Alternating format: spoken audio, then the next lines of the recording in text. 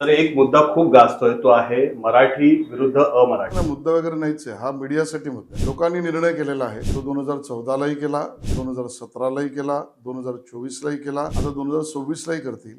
प्रत्येक निवडणुकीत हे ठाकरे आणि त्यांचा पक्ष हाच मुद्दा बोलतात. लोकांनी त्याला कधीही थारा दिला नाही. मुंबईकरांनी विकासाच्या मुद्द्यावर मतदान केलं. हेच मुद्दे ते दर निवडणुकीत बोलले आणि सपाटून मार खाल्ले. पण तुमचे काही नेते आहेत तेही असं बोलतायत. मागे कृपाशंकर सिंग म्हणाले होते की म्हणजे तुम्ही जास्त उत्तर भारतीय नगरसेवक निवडून दिलात तर अमराठी महापौर करता येईल.